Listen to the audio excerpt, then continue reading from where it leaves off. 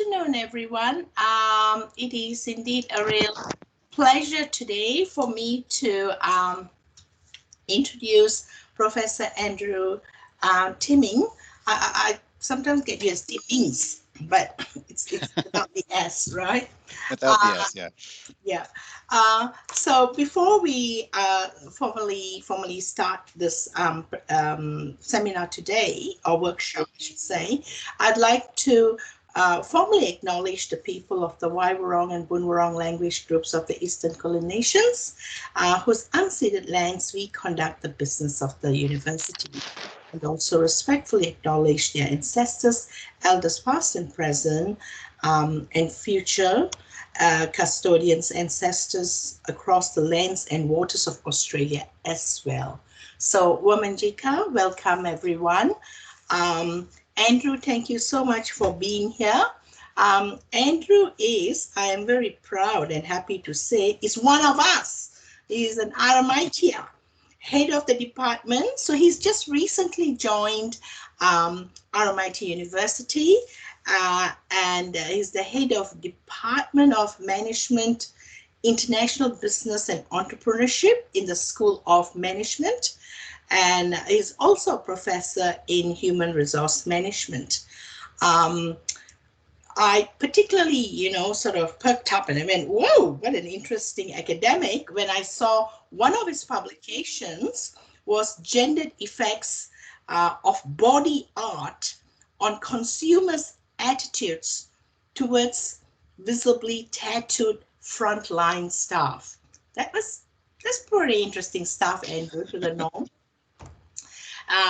So maybe we'll get you to talk about tattoos in the next workshop and how the results look like.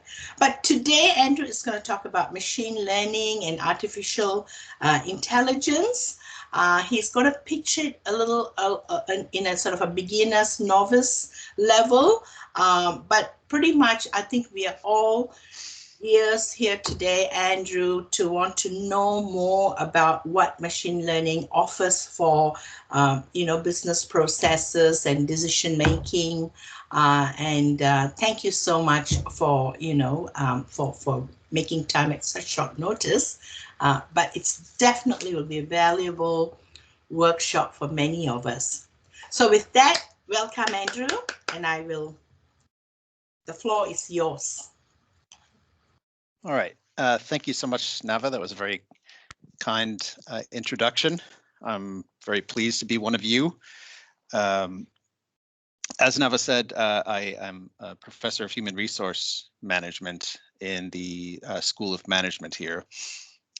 And yes, one of my main sort of substantive research areas is looking at the effects of tattoos, not only in the workplace, but sort of more broadly in society. And I'm actually writing a book about this topic right now.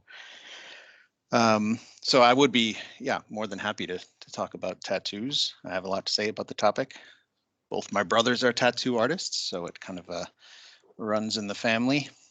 But as Nava said today, I'm not here to talk about tattoos. I am here to talk about machine learning. And I'm going to pitch this workshop towards the beginner. So if you're expecting a very sort of high level mathematical overview of machine learning, then you've probably come to the wrong workshop. But if you're interested in this concept, and I would say you have a basic understanding of sort of traditional inferential statistics and hypothesis testing, I think you're in the right workshop, because I'm going to show you how machine learning can be done using a program called SPSS, which we all have access to as members of staff here in RMIT. I don't know what it's like in accounting or what typical software you use in accounting, but in my field in human resource management, SPSS is pretty much the sort of go-to package. It has a lot of problems, and it's quite glitchy, as I'll show you today. It's not perfect, it's not ideal. And if you're looking to do serious predictive analytics, I would say that you're much better off investing your time into learning a statistical coding language like R or Python, which is increasingly easy to do. It's not as easy as learning how to use SPSS, but it's easier these days with the sort of pre-installed packages you can install onto your machine. But I think after this brief workshop, literally every one of you in this virtual room should be able to do some basic predictive analytics on SPSS.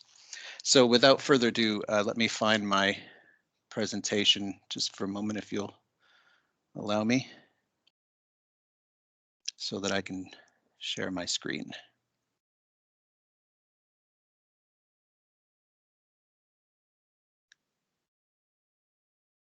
Sorry.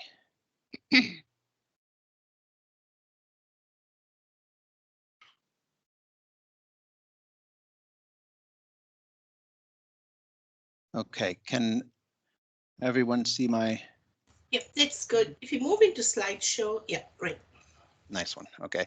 And I also should just preface this by saying that when I'm in slideshow like this, I can't see any of the comments, and I can't see if you raise your hand. But if I would like this to be quite interactive, this workshop. So if you do have anything to say or you have any questions as I go along, then please don't hesitate just to interrupt me as I'm going along, since I won't be able to see you, and I'm happy to take questions as we go. So today I'm going to give a workshop looking at applications of machine learning for business and management.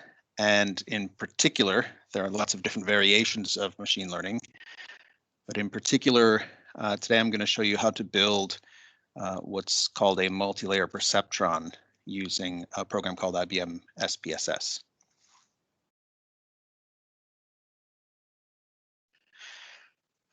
So you probably have heard a lot about machine learning because it's kind of all the rage these days. And a lot of people talk about machine learning because it's kind of cool. But oftentimes I think people don't really understand what this concept means.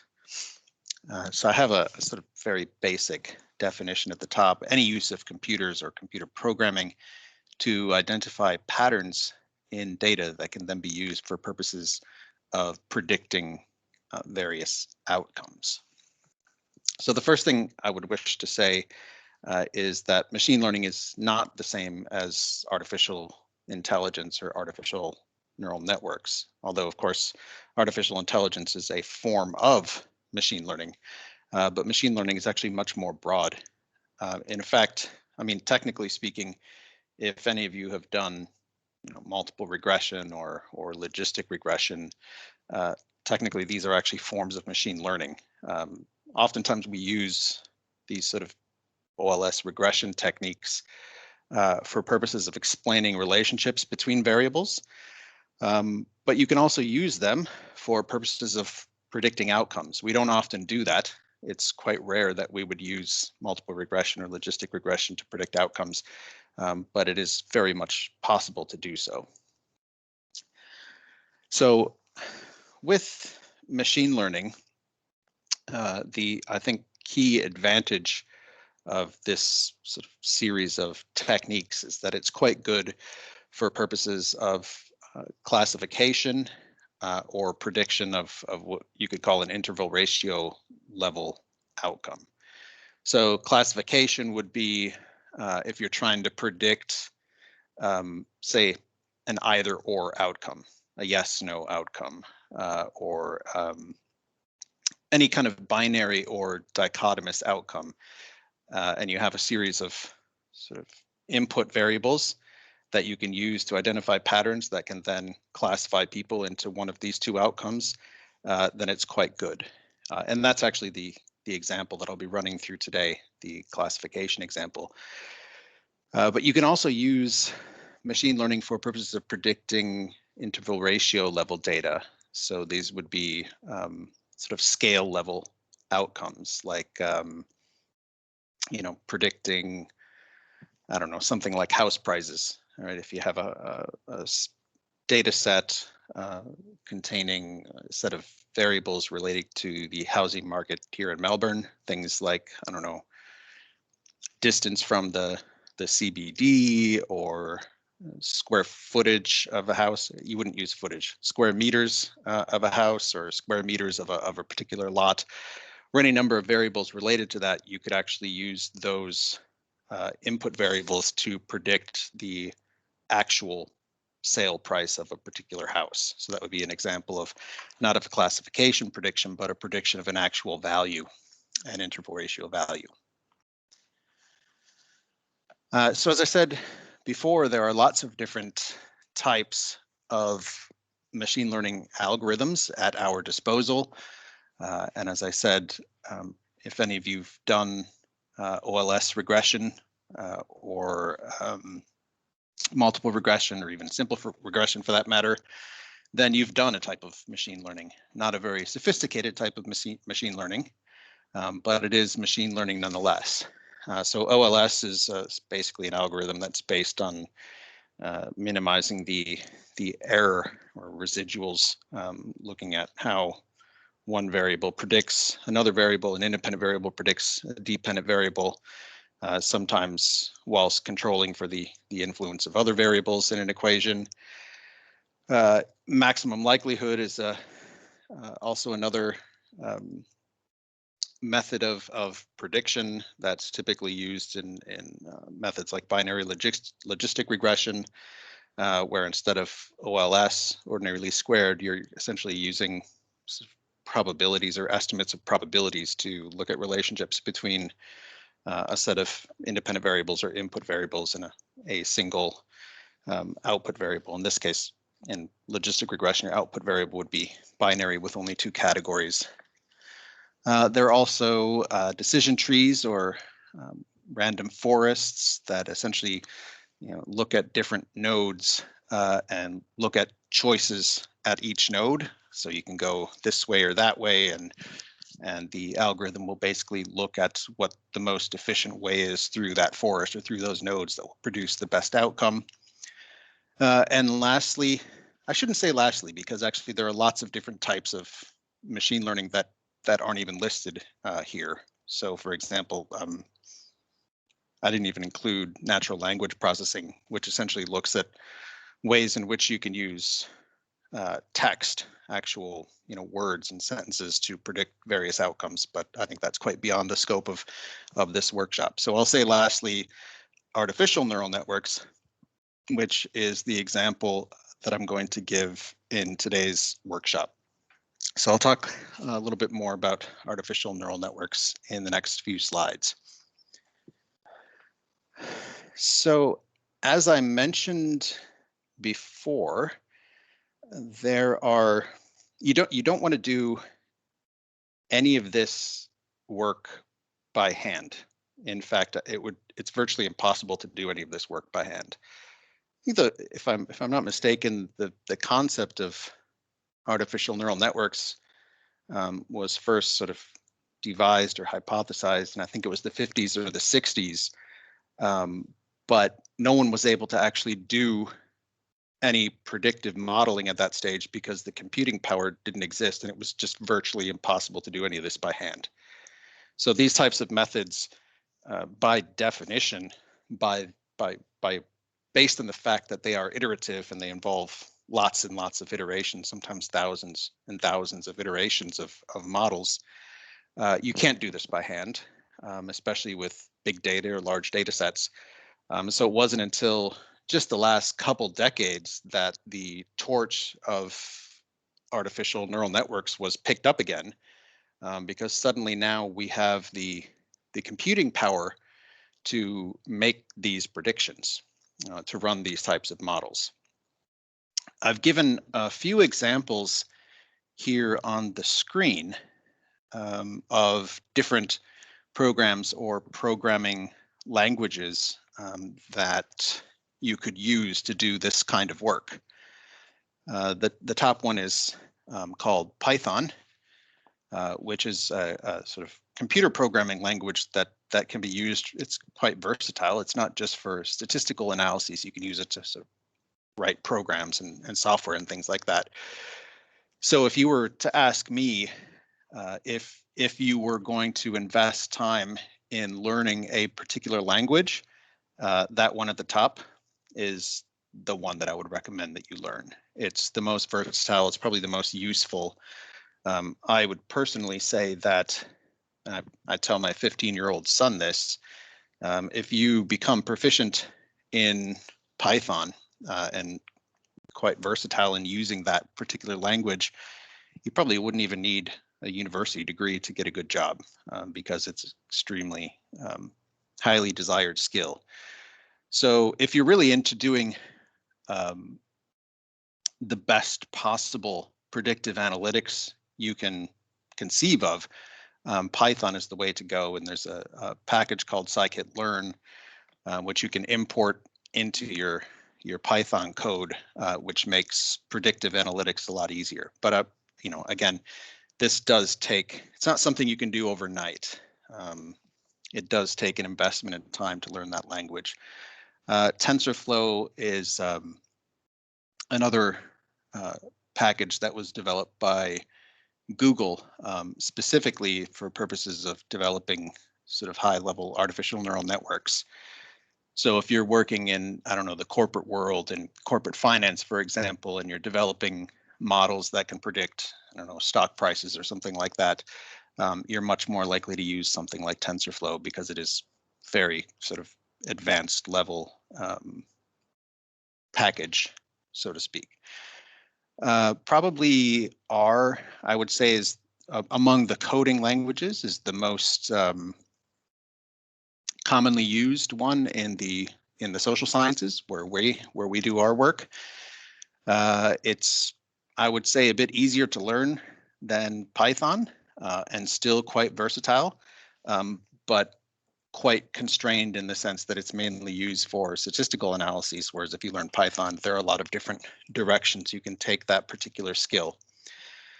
And then lastly, there's IBM SPSS, which I have at the bottom here. It's a point-and-click software. Many of you have probably used it before, and it's very easy to use. You could, unlike Python or R, you can learn IBM SPSS in just a couple days. And this is the software that I'm using for today's demonstration. It's not ideal, as I said before. It's quite glitchy, and it's not very, how can you say it, not very customizable. So if you're working in Python or if you're working in R, you can sort of customize your models with, you know, what they call hyper-tuning the parameters of your models fairly easily. But in IBM SPSS, you pretty much get a sort of one-size-fits-all modeling kit. And I have to say, it's pretty interesting to use. I think it does a better job in predictive analytics than an individual could do, just sort of predicting a particular outcome in our own brain. But it does have its limitations, as I think you'll see during the demonstration. So just very briefly, to give some background on artificial neural networks, the logic here is that the human brain is able to learn because of sort of signals that are sent across neurons traveling across these sort of axons and dendrites. So it was actually a biological process that we understood in the first instance. And then what statisticians have done have tried to essentially capture this biological process, the ways in which the neural networks in our brains can learn things, which is a quite, you know, incredible capacity if you think about it. We don't think about it as incredible, but it really is. You know, if you think about the fact that you look at a letter and you can recognize that letter, the sort of circuitry in your brain to be able to do that is pretty impressive. And you can look at something that kind of looks like a letter and it's not actually a letter, but it kind of reminds you a bit of a letter, but you can still make that association, which again is pretty incredible. So essentially what statisticians have done is they've taken the logic of the way in which the human brain works and the way in which the human brain identifies patterns for purposes of prediction, and then captured that process in the context of what they call an artificial neural network, and then basically applying those same kinds of principles for purposes of predicting various outcomes. And again, those outcomes can be either classification or prediction of interval ratio or scale level data. So again, just very briefly, so that we can move into the actual workshop side of things, I just want to make sure everyone has enough background before we move into the workshop. But just very briefly, this is the sort of general structure of an artificial neural network, and particularly a multi-layer perceptron that we'll be looking at today. So what you have in front of you on your left, you can see what's called the input layer. So the input layer is basically, a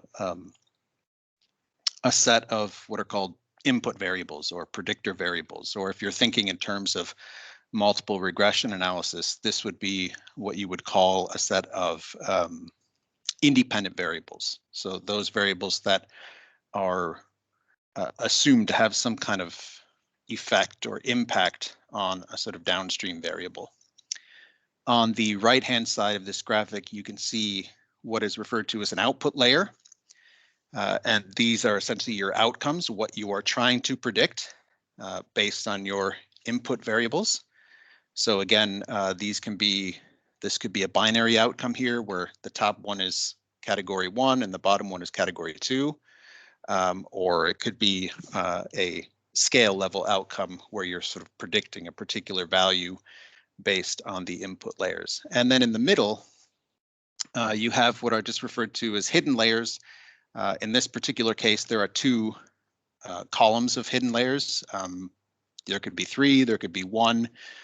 These are sort of structural issues associated with building multi-layer perceptrons, and it quite differs from model to model. But these, it's kind of hard to explain, but basically these mimic those neurons in our brain. So these are referred to as nodes, these sort of light green and orange circles.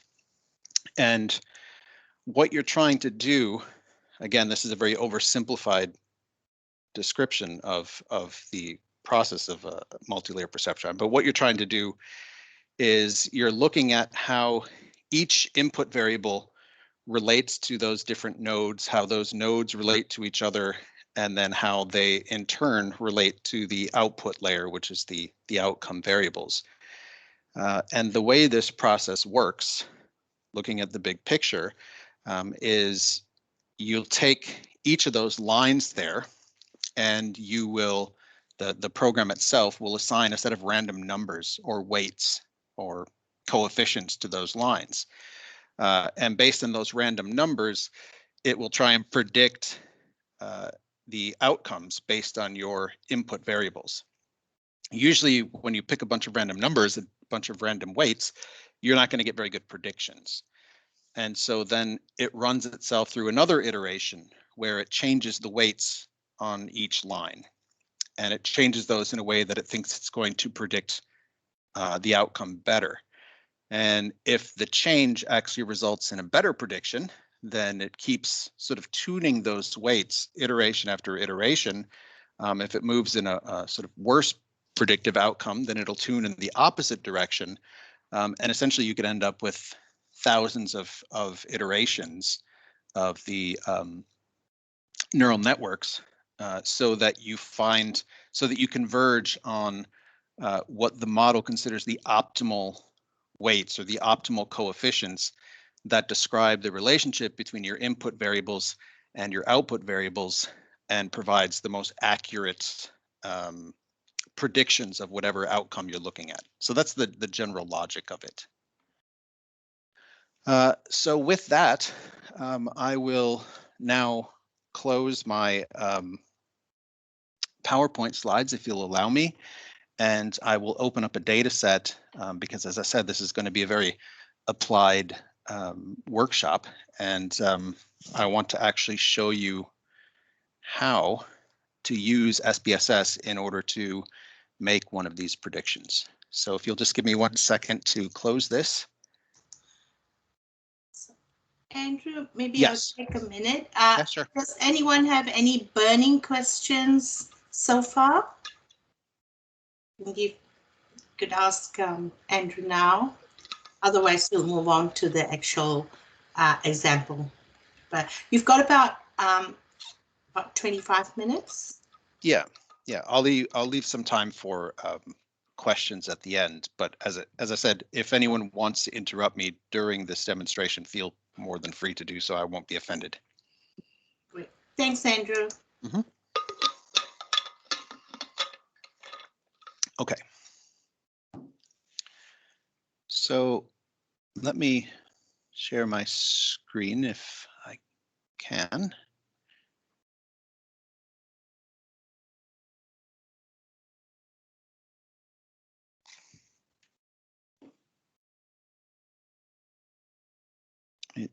Can everyone see that? It seems to be black.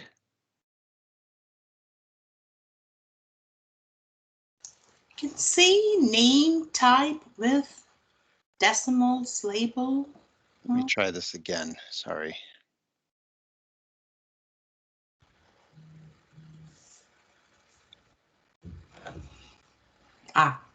Is that better? Yeah, I can see the your data file. Okay, good. Yeah, so that's kind of where I was hoping that we would be at. So this is, I think, an illustration. It's basically, this is based on a paper that I'm working on right now, which looks at the question of whether or not there are a set of features of organizations, features of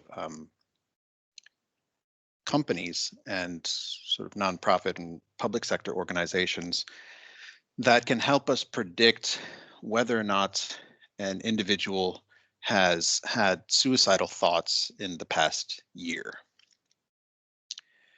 And I think this is sort of a classic example of the kind of research that we want to see here at RMIT, which is to say very applied, very practical, and very useful type of research. It's an important topic, obviously, because obviously suicide has devastating impacts on the lives of survivors, and one of the key questions that psychologists, and particularly organizational psychologists like myself, have asked is, how can we predict, what factors can we take into consideration to predict whether or not someone is having suicidal thoughts or experiencing suicidal ideations? And the reason this is important is that if you can identify people at risk of suicidal ideation, then you can implement various types of interventions, whether in the workplace or not, that can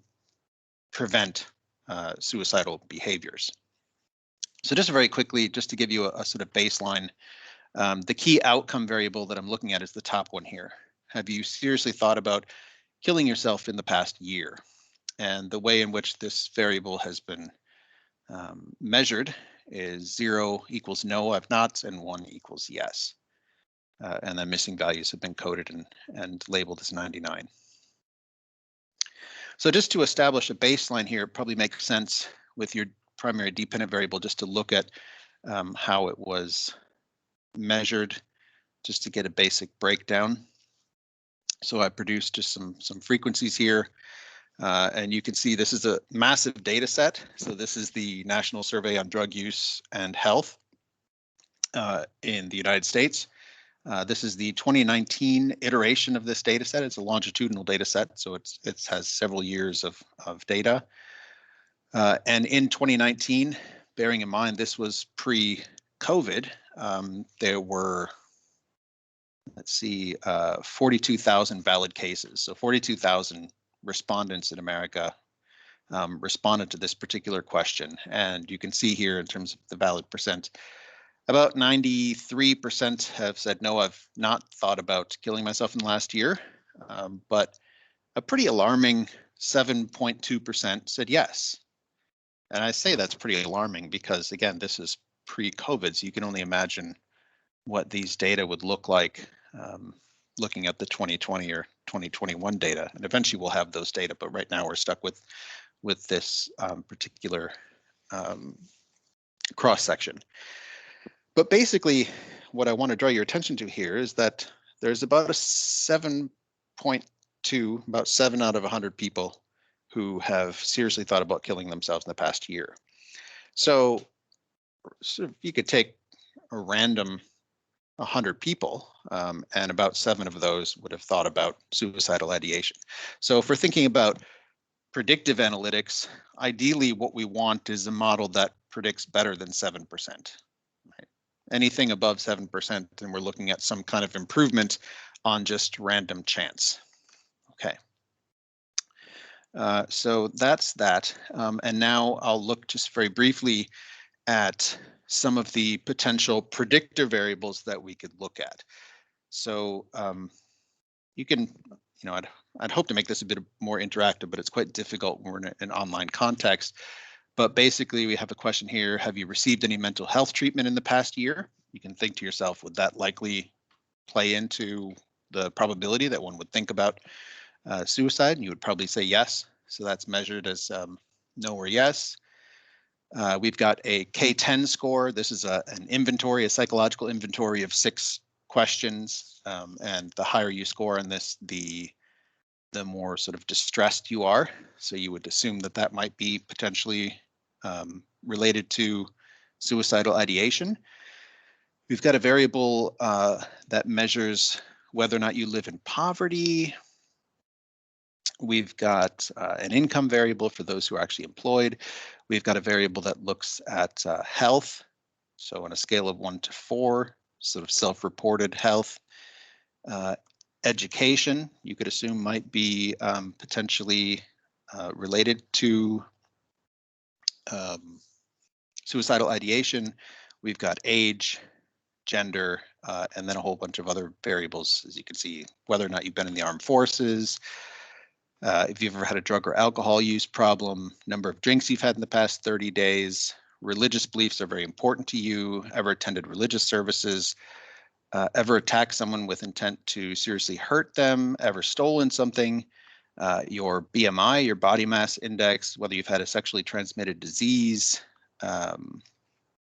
whether you've had treatment for illegal or drug use or alcohol use in the past year, number of alcoholic beverages, ever used marijuana or hashish, ever been arrested or booked.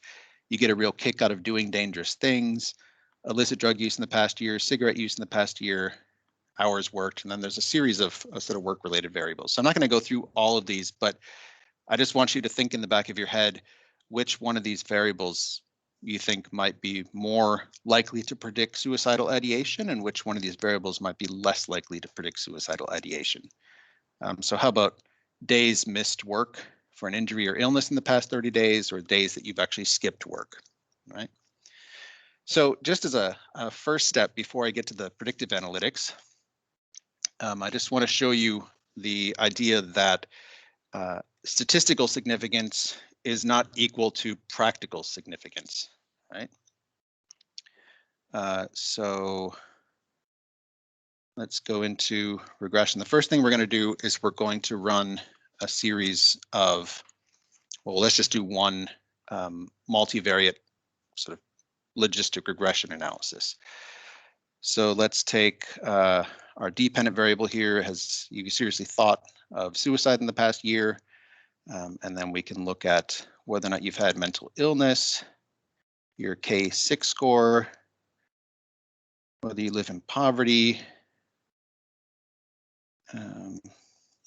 your income, we'll throw that in there, health, your education, your age, and your gender. We'll just start with this basic model, and we'll scroll to the bottom here. And this sort of gives you the multivariate results. So here you can see I'm not going to spend too much time on the logistics since that's not actually the core of this workshop, but just to show you whether or not you've received mental health treatment in the last year is significantly related to suicidal ideation, with people essentially 2.33 times more likely to think about suicidal ideas in the past year if you've received mental health treatment. So that seems pretty good. Your K6 score, your inventory, you're 1.23 times more likely, and that's also statistically significant here. But it's saying that our poverty level here is not actually a good predictor or have any significant relationship. But income here does. The p-value is 0.002. Your overall health, self-reported health is significantly related. As health improves, you're significantly less likely to have suicidal thoughts. Education here, curiously, the more educated you are, the more likely you are to have suicidal thoughts. So maybe there's something to be said about education making us all neurotic in some way. And age here, we can see being significantly related to suicidal thoughts. So older people are significantly less likely to have suicidal thoughts, which is curious. And gender here, so this was coded as 0 equals female and 1 equals male. So here we have significantly more likely to see men having suicidal thoughts compared to women. Okay, so basically the reason I put this all together is you can see that there's quite a lot of significant predictions here, but whether or not this set of variables does a good job predicting suicidal ideation is a separate matter. Okay, so now let me just show you briefly how to use SPSS to carry out a multi-layer perceptron. It's very easy. As I said, anyone can do this. So we have an option here called neural networks. There are actually 2 different algorithms that you can use. There's the radial basis function and the multi-layer perceptron. I tend to find multi-layer perceptron to be a better algorithm or method of doing this. And then you have a set of tabs at the top, right?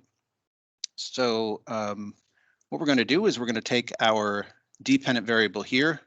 Have you seriously thought about killing yourself? Move it into the dependent list. And then we have our independent variables here.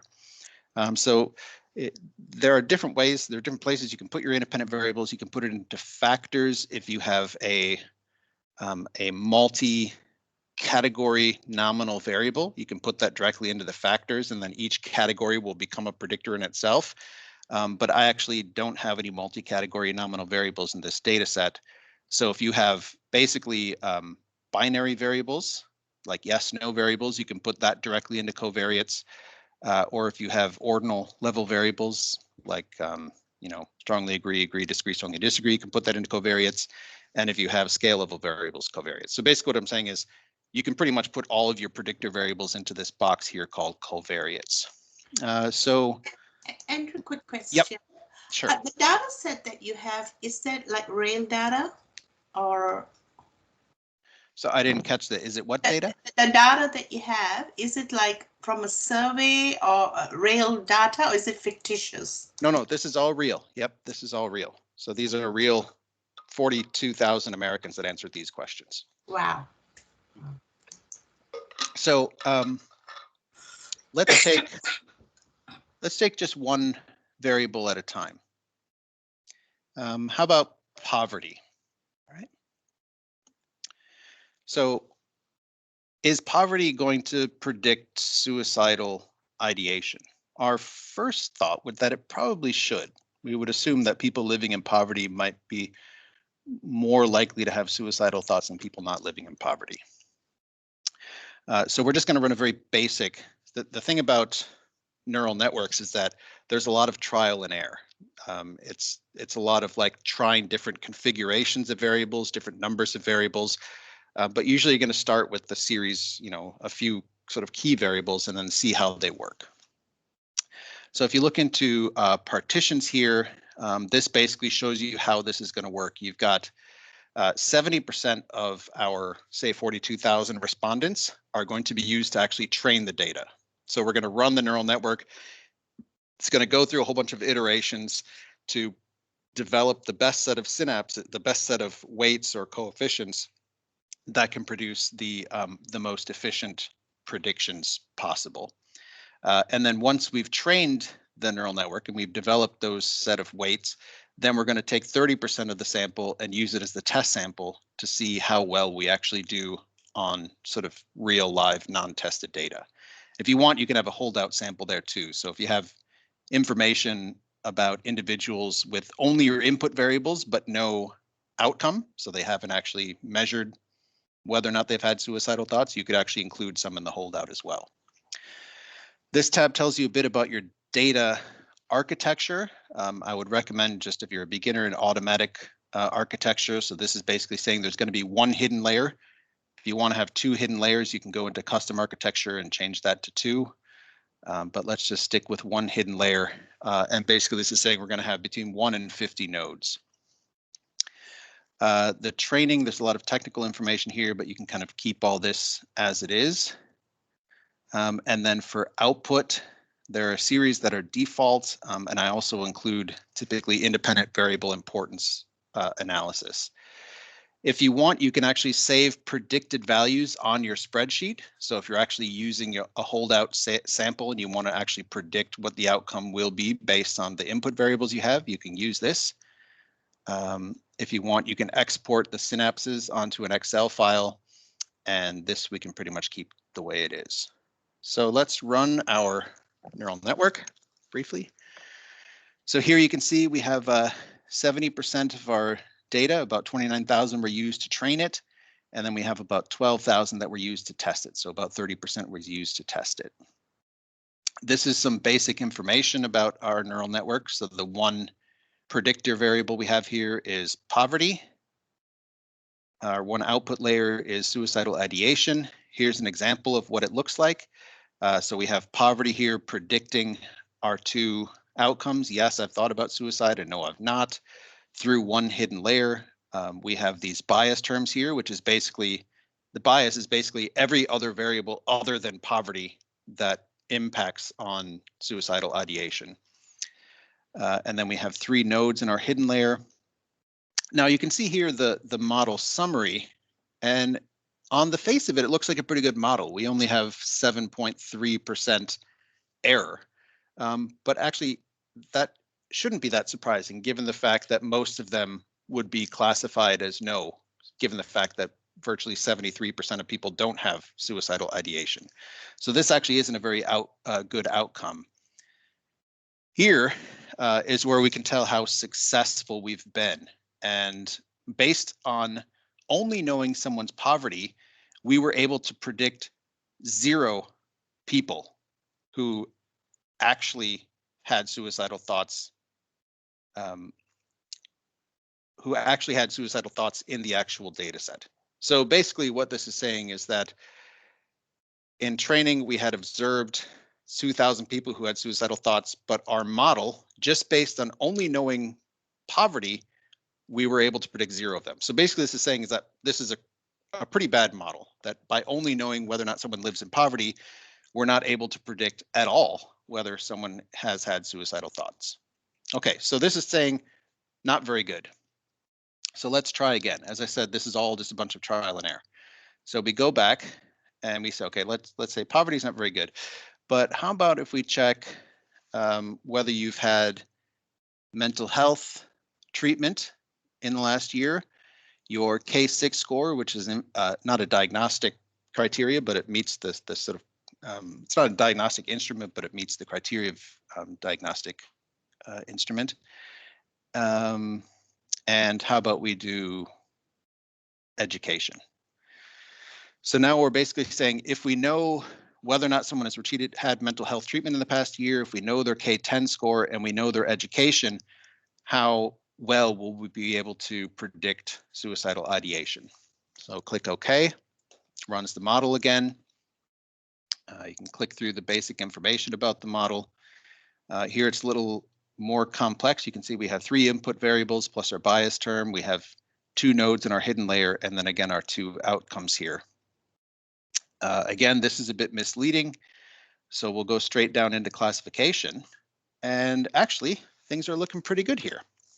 So what this is saying is that we've been able to predict with 16.1% accuracy in the training data whether or not someone has had suicidal ideation just based on these three variables.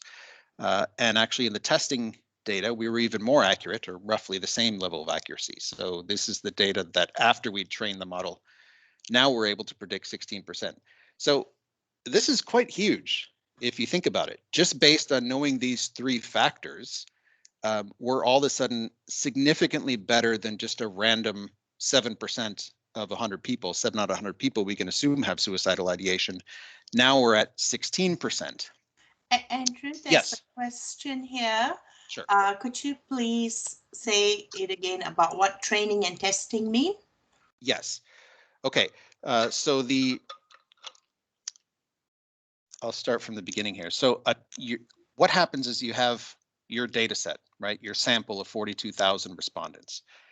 In order to train your model, you're going to take 70% of those 42,000 and you're going to do the process that I described to you, which is that you're going to pump the data through and you're going to go through multiple hundreds, if not thousands of iterations so that you can optimize each weight or coefficient that describes the relationship between each input variable, each hidden node in the hidden layer, and then the output variable. Once you've optimized this and you've come up with the best possible prediction that you can come up with, then you're going to take the extra 30% that you held out that weren't used to train the model, and then you're going to test those particular coefficients, those particular weights to see how well you can predict on that extra lump or chunk of data, right? So this is pretty good. We've got 16%, but I wonder if we can do any better. So we'll go Multilayer Perceptron, and let's say, well, what if we add gender? Andrew, can I ask you a question? Yeah, sure.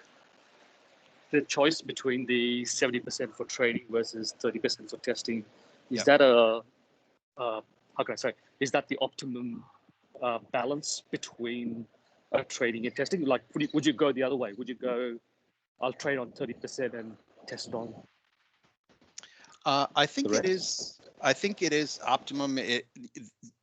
These questions are all about like hyper tuning parameters, so you can experiment with different levels of it. But just as a default, we want to make sure that there's enough information in our models to be able to develop good, essentially good weights or coefficients that lead to the best predictions. So if we don't have enough information in the training model, then we won't have good results in the testing model, if you know what I mean. So I would say start at 70% and 30%, and then you can kind of work things around. As I said, virtually all of this is a bunch of trial and error. So I've actually gone through all this and I know this data kind of back and forth, but if you're really trying to do this to develop good predictions, you're going to have to try different iterations, different configurations of variables, maybe different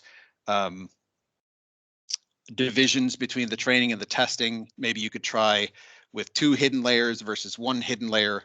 But basically, there's a lot of trial and error involved. Okay, so just since we're running kind of short on time, let's see what happens if we add gender in. So last time we had 16% success in predicting. This time we're going to add gender. Again, we're taking 70% for training, 30% of the sample for testing. We have our input variables here. That's what our neural network looks like. And actually, by adding gender, now we're up to 18.3%. So we've added a little bit of extra information into the model. Sometimes when you add extra information, the data has a lot of noise and it will actually reduce the success of your predictions. But in this particular case, it's actually increase. So now we're at 18% success. Let's add another one and see what happens. How about number of drinks the last time? See if alcohol consumption over the past 30 days has anything to do with this. 70% training, 30% testing. There's our input variables. That's what our neural network looks like. You can see it's getting a little bit more complex. Every time you add a variable, sometimes you'll add more hidden nodes into the data architecture. And actually, this looks pretty good. So now we're able to predict 23.8%.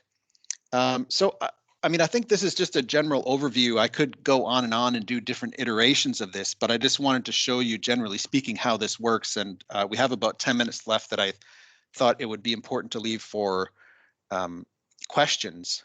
But one thing I did want to mention before I go into questions or show you any other iterations of this is that unlike with multiple regression, when you're dealing with these types of predictive analytics, you're going to get slightly different results every time, which makes these demonstrations quite difficult to run.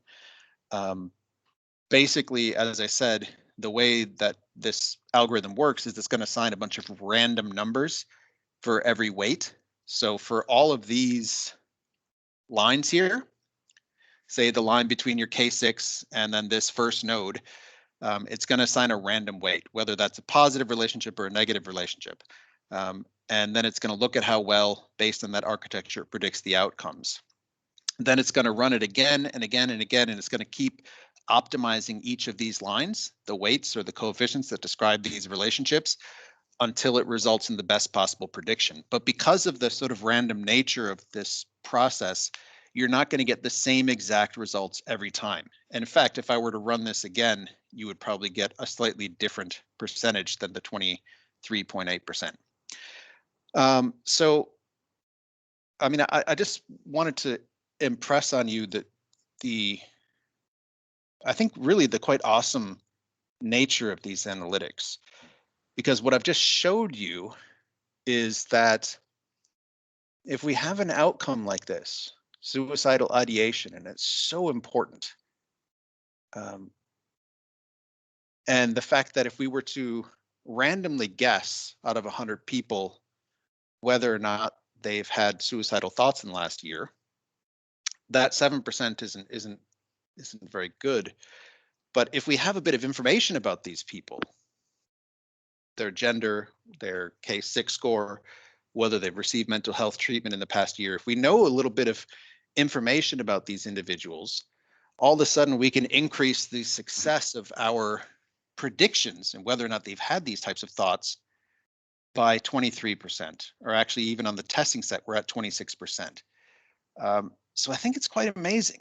It's quite unbelievable that we have predictive analytics programs these days that will do this, because it's not completely unreasonable to expect, say, for example, in a workplace, you know, if we have people fill out, you know, questionnaires, or we have, you know, someone goes to occupational health or something and they fill out some information about their medical background.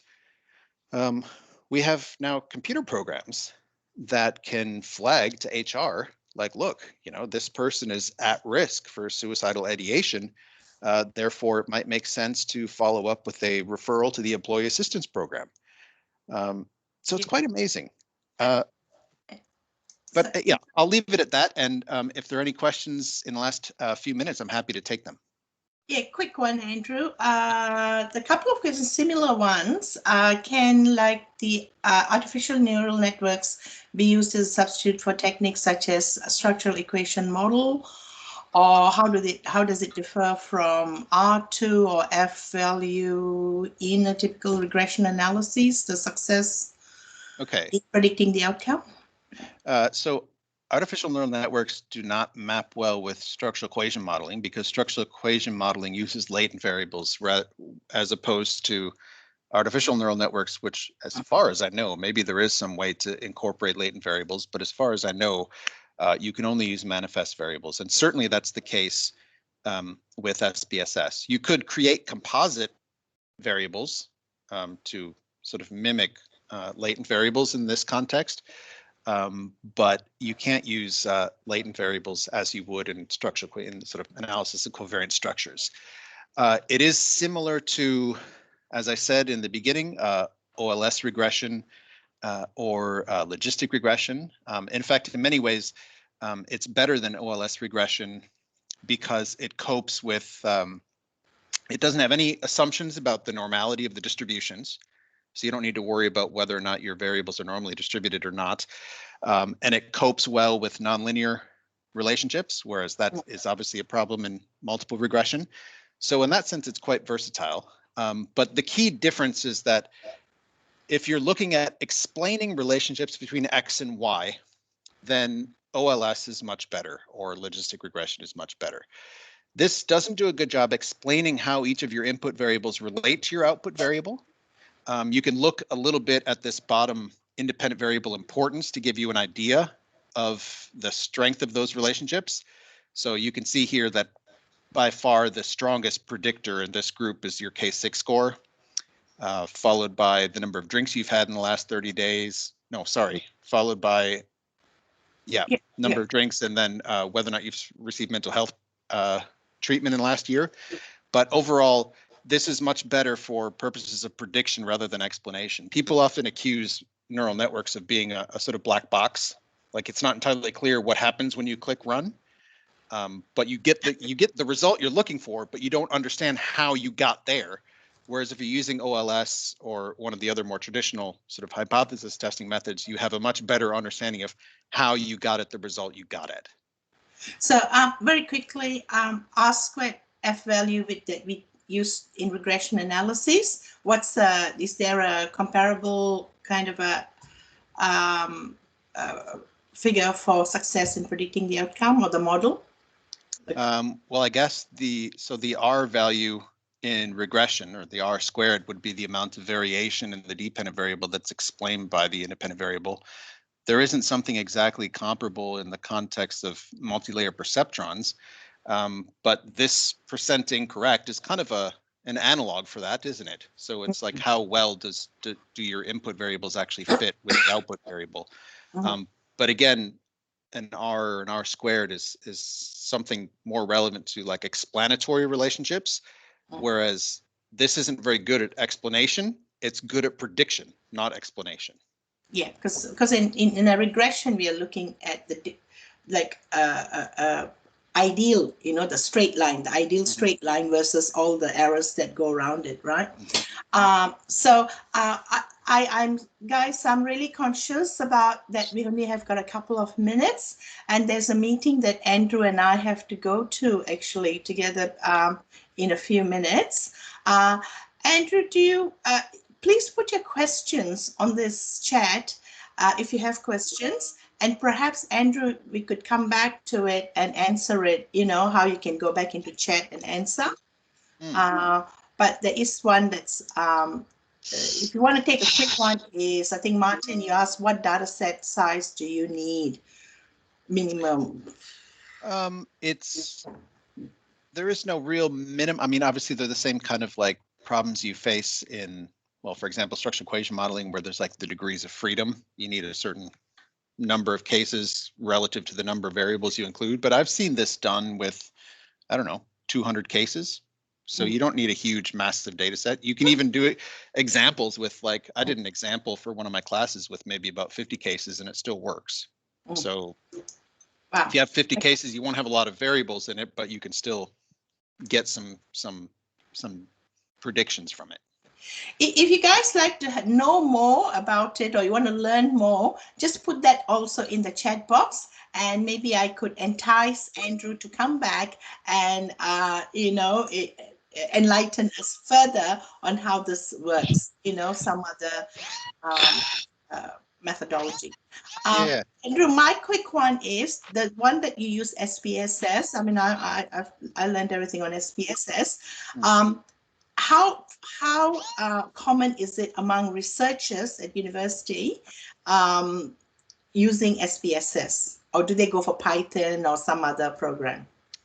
I think different, you ask different groups of people, you get different responses to that. So like in your group, people like Chris and France Chung, obviously they're much more likely to use, Python or R than they are SPSS. SPSS is for people, like me, that I don't really want to understand a lot of what's going on when I hit enter. I just want to get the result. And if you don't want to invest a huge amount of time into learning predictive analytics, this is definitely the way to go. There are limitations because you're not going to be able to get the same level of optimization as you would if you knew Python or R. You can do a lot more with those languages than you can with SPSS. But for just, get a novice, this is really a good way forward. I think, again, after this workshop, every one of you should at least know how to do a basic neural network. And just one last point, I know I don't want to keep people much longer, but I do have a YouTube video that I put together demonstrating some of these techniques in SPSS. I can actually put that a link to that in the chat as well, so people can on their own time. It's about half an hour, but it goes through in more detail, looks at some of the different sort of configurations of the data architecture than I was able to in this short time period. Thank you, Andrew. Thank you, everyone, for your questions. Hopefully, we will be able to answer them to your satisfaction. And possibly, Andrew, I think you may have to just come back and make sure your students actually learn something. All right. Well, maybe I'll talk about tattoos next time, though. I don't know. But I had a question, but I can ask later. That's fine. Yeah, put it in the chat box. Huh? I will. I actually, Nava, I don't know if I have a meeting. Do we have a meeting? Because I don't have anything on my calendar. So if I don't have a meeting, I'm happy to stick around and answer questions. Remember the data file, the one that we were discussing, but Ryan? Oh yeah, we do have that. Yeah. I think they might be waiting for us. Okay, no problem. But you want to ask a quick one? It's okay. Quick. No, yeah, because Prof. Andrew was talking about analytics, and I recently I just finished teaching one course, analytics. So, Prof, do you also look into the real analytics data from like Google Analytics or Google Trends or any analytic platform or any sort of social listening platforms to get to like triangulate your data? I wanted to know about your data. I love analytics, so yeah. I'll have more questions, but I will ask you later. Yeah, I mean, we're actually, as it happens with Chris in France, in your school, I'm working on a project that's using social media to predict suicidal ideation. So rather than looking at the numbers and crunching the numbers, we're using natural language processing, or we will be using natural language processing to be able to predict, because we believe that there are probably, just as you can find patterns in numbers, you can find patterns in words as well. Words that would typically be associated with suicidal ideation on, for example, Twitter or various social media platforms. So yes, I do. Or the campaigns, or like, are you okay in Australia? Haven't gone down that road yet, but would be interested in learning more about it. Yeah. No worries. Thank you so much. Yep. You're on mute, Nava. Thank you, everyone. Thank you so much. Andrew, I think you're going to be a standing feature in our seminars. Okay. So I hope you got lots out of this. And once again, big thank you to everyone who's been here. Okay, I'm off to the next meeting. See you there. See you guys. Bye, everyone.